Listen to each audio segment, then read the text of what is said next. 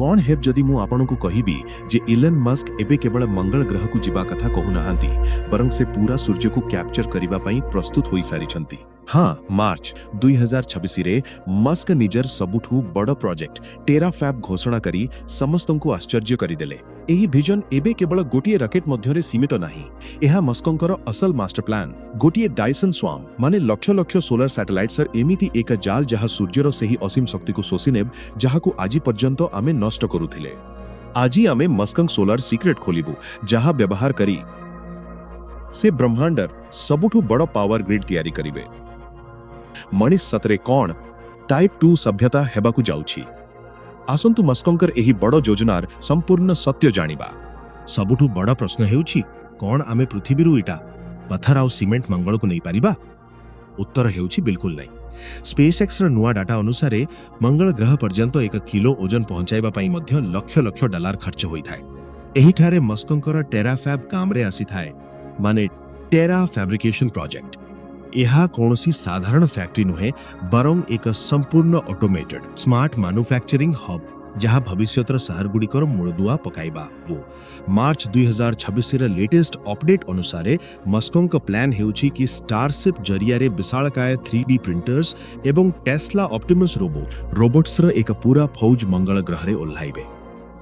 एही रोबोट्स सेठाकार नाली धूली जहाकु वैज्ञानिक माने रेगोलिथ कहंती ताकु कंचा माल भाबरे व्यवहार करिवे। एही मेसिन गुड़िका सौर शक्ति व्यवहार करी सेही धूली को प्रोसेस करंती एवं कंक्रीट ठारू भी अधिक मजबूत कांथ तैयारी करंती आउ धातव ढांचा तैयारी करिवे।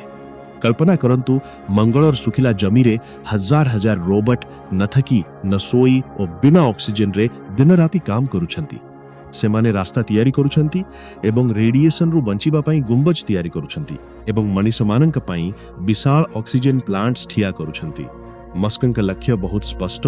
मनीष पहुंचिबा पूर्वरु ही सेठारे संपूर्ण भावे रेडी टू लिव कॉलोनी तैयारी करिबा।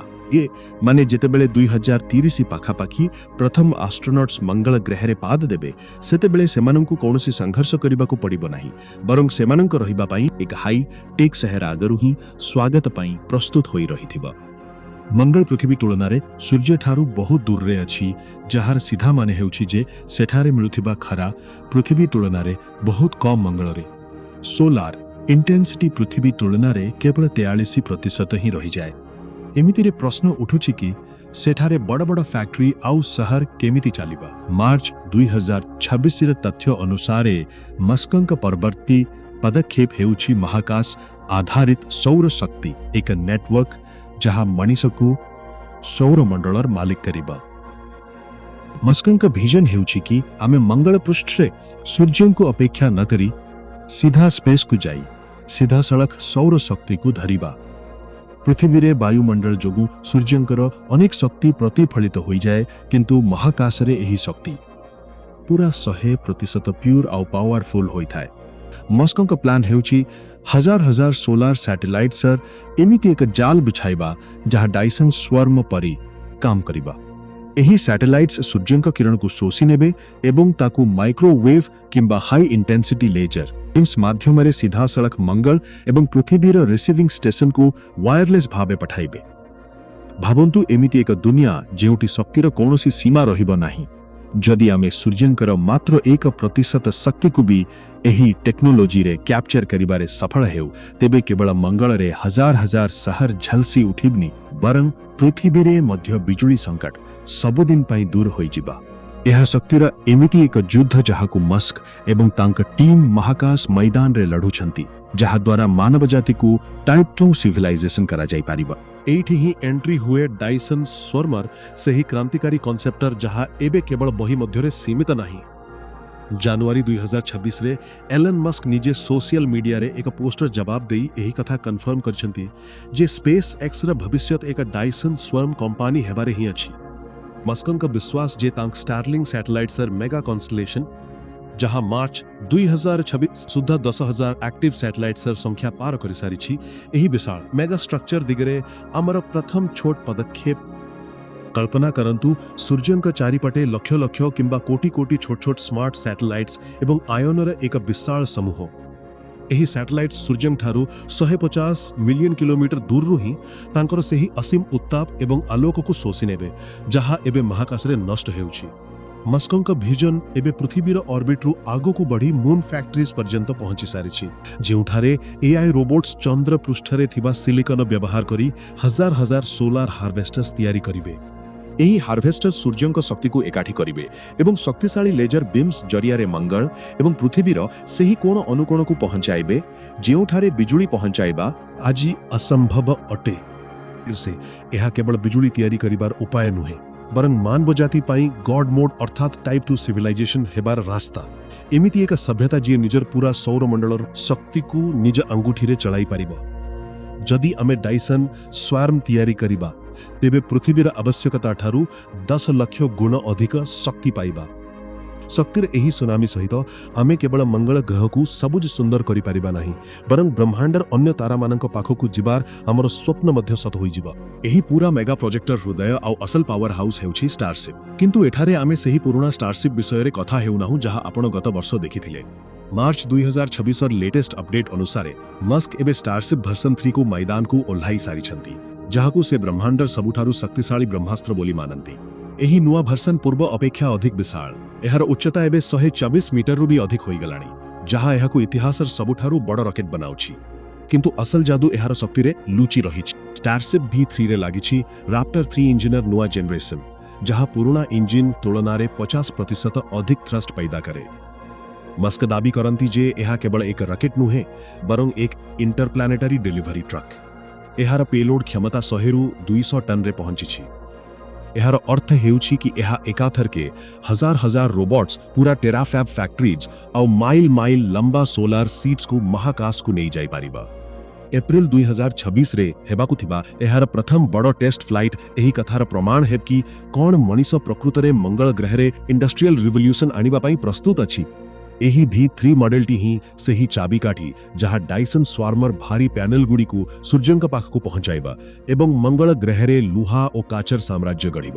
ଏହି ବ୍ରହ୍ମାସ୍ତ୍ର ବିନା ସୂର୍ଯ୍ୟଙ୍କୁ କ୍ୟାପଚର କରିବାର ମସ୍କଙ୍କ ସ୍ୱପ୍ନ କେବଳ ଏକ କାହାଣୀ ହୋଇ ରହିଥାନ୍ତା, କିନ୍ତୁ ଏବେ ଏହା ରିଆଲିଟି ହେବାଠାରୁ ମାତ୍ର ପାଦେ ଦୂରରେ।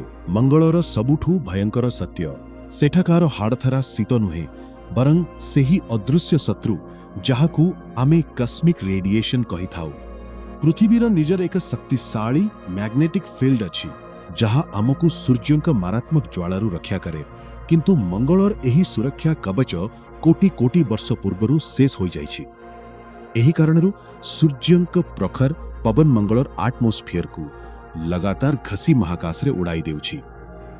କିନ୍ତୁ ମାର୍ଚ୍ଚ 2026ର ସଦ୍ୟ ସାଇଣ୍ଟିଫିକ ରିସର୍ଚ୍ଚ ଆଉ ମସ୍କଙ୍କ ଟେରାଫ୍ୟାବ୍ ଭିଜନ ଏମିତି ସମାଧାନ ଦେଇଛି ଯାହା କୌଣସି ଚମତ୍କାରଠୁ କମ୍ ନୁହେଁ। ମସ୍କ ଓ ତାଙ୍କ ଟିମ୍ ଏକ ଆର୍ଟିଫିସିଆଲ ମ୍ୟାଗ୍ନେଟୋସ୍ଫିୟର ତିଆରି କରିବାକୁ କାମ କରୁଛନ୍ତି। ଏହା କୌଣସି ଛୋଟମୋଟ ପ୍ରୋଜେକ୍ଟ ନୁହେଁ, ବରଂ ପୁରା ଗ୍ରହ ପାଇଁ ଏକ ଆର୍ଟିଫିସିଆଲ ସୁରକ୍ଷା ଘେର ଅଟେ। ଏହି ପ୍ଲାନ ଅନୁସାରେ ସୂର୍ଯ୍ୟ ଏବଂ ମଙ୍ଗଳ ମଧ୍ୟରେ ଏକ ଖାସ ପଏଣ୍ଟ ଯାହାକୁ L1 लाग्रेंज ପଏଣ୍ଟ କୁହାଯାଏ, ସେଠାରେ ଏକ ବିଶାଳ ସୁପର କଣ୍ଡକ୍ଟିଂ ମ୍ୟାଗ୍ନେଟିକ୍ ଡାଇପୋଲ ସ୍ଥାପନ କରାଯିବ। ଏହା ଏକ ମହାଶକ୍ତିଶାଳୀ ଇଲେକ୍ଟ୍ରୋମ୍ୟାଗ୍ନେଟ ହେବ ଯାହାକୁ ଚଲାଇବା ପାଇଁ ଏହି ଶକ୍ତି ଡାଇସନ୍ ସ୍ୱାର୍ମ ବା ସୋଲାର ପ୍ୟାନେଲରୁ ମିଳିବ, ଯାହା ଆମେ ଗତ ଅଧ୍ୟାୟରେ ଆଲୋଚନା କରିଥିଲେ। ଏହି ଆର୍ଟିଫିସିଆଲ ମ୍ୟାଗ୍ନେଟିକ୍ ଫିଲ୍ଡ ଏକ ମ୍ୟାଗ୍ନେଟିକ୍ ସିଲ୍ଡ ପରି କାମ କରିବ, ଯାହା ସୂର୍ଯ୍ୟରୁ ଆସୁଥିବା ବିପଜ୍ଜନକ ସୋଲାର ଫ୍ଲେୟାର୍ସ ଏବଂ ପାର୍ଟିକଲ୍ସକୁ ମଙ୍ଗଳ ସହ ଧକ୍କା ହେବା ପୂର୍ବରୁ ହିଁ ମୋଡ଼ିଦେବ। ବୈଜ୍ଞାନିକମାନଙ୍କ ଅନୁମାନ ଯେ ଯଦି ଥରେ ଏହି ସିଲ୍ଡ ଆକ୍ଟିଭ ହୋଇଯାଏ ତେବେ ମଙ୍ଗଳର ଆଟମୋସ୍ଫିୟର ସୋଲାର ୱିଣ୍ଡସରୁ ସୁରକ୍ଷିତ ହୋଇଯିବ। ଏହାପରେ ମଙ୍ଗଳ ଗ୍ରହରେ ଜମିଥିବା କାର୍ବନ ଡାଇଅକ୍ସାଇଡ ଗ୍ୟାସ୍ ଧୀରେ ଧୀରେ ଏହାର ବାୟୁମଣ୍ଡଳକୁ ଘନ କରିବ, ଫଳରେ ଏକ ଗ୍ରୀନ ହାଉସ ପ୍ରଭାବ ସୃଷ୍ଟି ହେବ ଆଉ ଗ୍ରହର ତାପମାତ୍ରା ବଢ଼ିବ। ସରଳ ଭାଷାରେ କହିଲେ ଏହି ଟେକ୍ନୋଲୋଜି ମଙ୍ଗଳ ଗ୍ରହକୁ ପୁଣି ଥରେ ନିଶ୍ୱାସ ନେବା ଯୋଗ୍ୟ କରିବା ପାଇଁ ପ୍ରଥମ ଏବଂ ସବୁଠାରୁ ବଡ଼ ପଦକ୍ଷେପ। ମସ୍କଙ୍କ ବିଶ୍ୱାସ ଯେ ଷ୍ଟାରସିପ୍ V3 ସାହାଯ୍ୟରେ ଆମେ ଏମିତି ମହାକାଶରେ ଭାରୀ ବିଦ୍ୟୁତ ଚୁମ୍ବକ ଲଗାଯାଇପାରିବ। ଏହି ଟେକ୍ନୋଲୋଜି କେବଳ ମଣିଷକୁ କ୍ୟାନ୍ସର ସୃଷ୍ଟି କରୁଥିବା ରେଡିଏସନରୁ ରକ୍ଷା କରିବ ନାହିଁ, ବରଂ ଭବିଷ୍ୟତରେ ମଙ୍ଗଳ ଗ୍ରହକୁ ଏକ ନୀଳ ଗ୍ରହରେ ପରିଣତ କରିବାର ବାଟ ମଧ୍ୟ ସଫା କରିବ। ମସ୍କ କେବଳ ଟଙ୍କା ଖର୍ଚ୍ଚ କରୁନାହାନ୍ତି, ବରଂ ସେ ବ୍ରହ୍ମାଣ୍ଡର ସବୁଠାରୁ ବଡ଼ ଇକୋନୋମିର ମୂଳଦୁଆ ପକାଉଛନ୍ତି। ମହାକାଶରେ ଥିବା ପ୍ରତିଟି ଗ୍ରହାଣୁରେ $1 ବିଲିୟନ ସୁନା ପ୍ଲାଟିନମ୍ ଏବଂ ମୂଲ୍ୟବାନ ଧାତୁ ଲୁଚି ରହିଛି। ଟେରାଫାବ୍ର ପ୍ରକୃତ ଉଦ୍ଦେଶ୍ୟ କେବଳ ଘର ତିଆରି କରିବା ନୁହେଁ, ବରଂ ଏହି ଧାତୁଗୁଡ଼ିକୁ ମାଇନ୍ କରିବା ଏବଂ ମହାକାଶରେ ହିଁ ରୋବୋଟିକ୍ ଫ୍ୟାକ୍ଟ୍ରିଜ୍ ଚଲାଇବା। ଏହା ବ୍ୟତୀତ ସୂର୍ଯ୍ୟର ମାଗଣା ଏବଂ ଅସୀମ ଶକ୍ତିକୁ ବ୍ୟବହାର କରି ତାହାକୁ ପୃଥିବୀ କିମ୍ବା ଅନ୍ୟ କଲୋନୀଗୁଡ଼ିକୁ ବିକ୍ରି କରିବା ଭବିଷ୍ୟତର ସବୁଠାରୁ ବଡ଼ ବିଜନେସ୍ ହେବ। ମସ୍କ ଜାଣନ୍ତି ଯେ ଯିଏ ମହାକାଶର ସମ୍ବଳ ଏବଂ ଶକ୍ତି ଉପରେ କବ୍ଜା କରିବ, ସିଏ ହିଁ ଆସନ୍ତା ଶତାବ୍ଦୀର ସବୁଠାରୁ ଶକ୍ତିଶାଳୀ ଖେଳାଳି ହେବ। ଏହି ସ୍ପେସ୍ ବେସ୍ଡ ଇକୋନୋମି ଖୁବ୍ ଶୀଘ୍ର $1 ଟ୍ରିଲିୟନ୍ ଇଣ୍ଡଷ୍ଟ୍ରି ହେବାକୁ ଯାଉଛି। କିନ୍ତୁ ଏସବୁ କ'ଣ ଏତେ ସହଜେ? ସତ୍ କହିବାକୁ ଗଲେ ଟେରାଫାବ୍ ଏବଂ ଡାଇସନ୍ ସ୍ୱାର୍ମ ଭଳି ପ୍ରୋଜେକ୍ଟସ୍ ବିଜ୍ଞାନର ସବୁଠାରୁ ବଡ଼ ଚ୍ୟାଲେଞ୍ଜ ମଧ୍ୟରୁ ଗୋଟିଏ। ମହାକାଶର ମାରାତ୍ମକ ରେଡିଏସନ୍ ଏବଂ ଜିରୋ ଗ୍ରାଭିଟି ମେସିନ୍‌ଗୁଡ଼ିକର ସେନ୍ସିଟିଭ୍ ସର୍କିଟ୍ସକୁ ମୁହୂର୍ତ୍ତକ ମଧ୍ୟରେ ନଷ୍ଟ କରିଦେଇପାରେ। ଏହା ବ୍ୟତୀତ ମଙ୍ଗଳ ଗ୍ରହର ଧୂଳିଝଡ଼ ମଝିରେ ବିନା କୌଣସି ମଣିଷର ସାହାଯ୍ୟରେ ଅପ୍ଟିମସ୍ ଭଳି ରୋବୋଟକୁ କାମ କରାଇବା ଏକ ବଡ଼ ଟେକ୍ନିକାଲ ସମସ୍ୟା। $25 ବିଲିୟନ୍ ଏହି ବାଜି ଫେଲ୍ ହେଲେ ଏହା ବିଜ୍ଞାନ ଇତିହାସର ସବୁଠାରୁ ବଡ଼ ହାର ହେବ। ଯଦିଓ ଏଲନ୍ ମସ୍କଙ୍କ ଇତିହାସ ସାକ୍ଷୀ ଅଛି କି ସେ ବିଫଳତାକୁ ହିଁ ସଫଳତାର ପାହାଚ ବୋଲି ମାନନ୍ତି, ଷ୍ଟାରସିପ୍ V3ର ନିକଟରେ ହୋଇଥିବା ଟେଷ୍ଟିଂ ଏବଂ ଫ୍ଲାଇଟ୍ 12ର ପ୍ରସ୍ତୁତି ଦର୍ଶାଉଛି କି ମସ୍କ ଫେଲ୍ ଫାଷ୍ଟ ଆପ୍ରୋଚରେ ବିଶ୍ୱାସ ରଖନ୍ତି। ଯେଉଁଠି ଦୁନିଆକୁ ବିପଦ ଦେଖାଯାଏ, ସେଠାରେ ମସ୍କଙ୍କୁ ସୁଯୋଗ ନଜର ଆସେ।